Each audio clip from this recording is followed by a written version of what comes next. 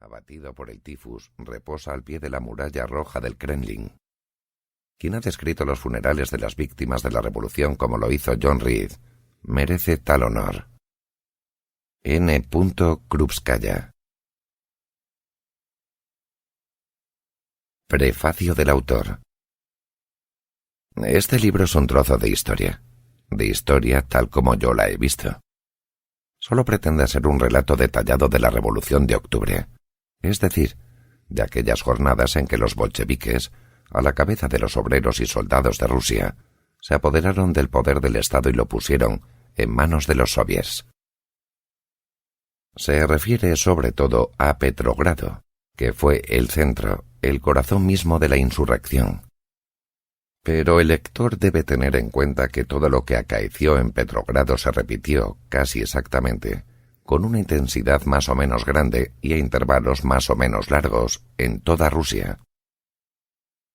En este volumen, que es el primero de una serie en la que trabajo actualmente, estoy obligado a limitarme a una crónica de los acontecimientos de que fui testigo y a los cuales me mezclé personalmente o conocí de fuente segura. El relato propiamente dicho va precedido de 2 capítulos, donde expongo brevemente los orígenes y las causas de la Revolución de Octubre. Sé perfectamente que la lectura de estos 2 capítulos es difícil, pero ambos son esenciales para comprender lo que sigue. Buen número de preguntas se ofrecerá al espíritu del lector. ¿Qué es el bolchevismo? ¿En qué consiste la forma de gobierno implantada por los bolcheviques? ¿Por qué, estando los bolcheviques a favor de la Asamblea Constituyente, la disolvieron enseguida por la fuerza? ¿Y por qué la burguesía, hostil a dicha asamblea hasta la aparición del peligro bolchevique, se entregó después a su defensa? Estas preguntas no pueden tener aquí respuesta. En otro volumen, de Kornilov a Brest-Litovsk, donde prosigo el relato de los acontecimientos hasta la paz con Alemania inclusive, describo el origen y el papel de las diversas organizaciones revolucionarias, la evolución del sentimiento popular, la disolución de la Asamblea Constituyente, la estructura del Estado soviético, el desarrollo y el fin de las negociaciones de Brest-Litovsk. Al abordar el estudio de la sublevación bolchevique, es importante tener en cuenta que no fue el 25 de octubre, 7 de noviembre, de 1917, sino muchos meses antes, cuando se produjo la desorganización de la vida económica y del ejército rusos, término lógico de un proceso que se remontaba al año de 1915. Los reaccionarios sin escrúpulos que dominaban la corte del zar habían decidido, deliberadamente, el hundimiento de Rusia, a fin de poder concentrar una paz separada con Alemania.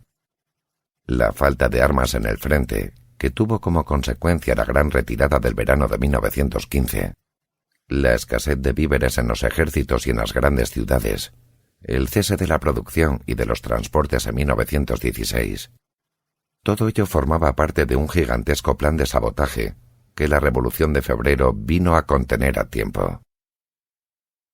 Durante los primeros meses del nuevo régimen, en efecto, a pesar de la confusión consiguiente a un gran movimiento revolucionario como el que acababa de liberar a un pueblo de 160 millones de hombres, el más oprimido del mundo entero, la situación interior, así como la potencia combativa de los ejércitos, mejoraron sensiblemente. Pero esta luna de miel duró poco. Las clases poseedoras querían una revolución solamente política que, arrancando el poder al zar, se lo entregara a ellas. Querían hacer de Rusia una república constitucional a la manera de Francia o de los Estados Unidos, o incluso una monarquía constitucional como la de Inglaterra. Ahora bien, las masas populares querían una verdadera democracia obrera y campesina. William English Walling, en su libro El mensaje de Rusia, consagrado a la Revolución de 1905, describe perfectamente el estado de espíritu de los trabajadores rusos que más tarde, casi unánimemente, habrían de apoyar al bolchevismo. Los trabajadores comprendían bien que, incluso bajo un gobierno liberal, se exponían a seguir muriéndose de hambre si el poder continuaba en manos de otras clases sociales.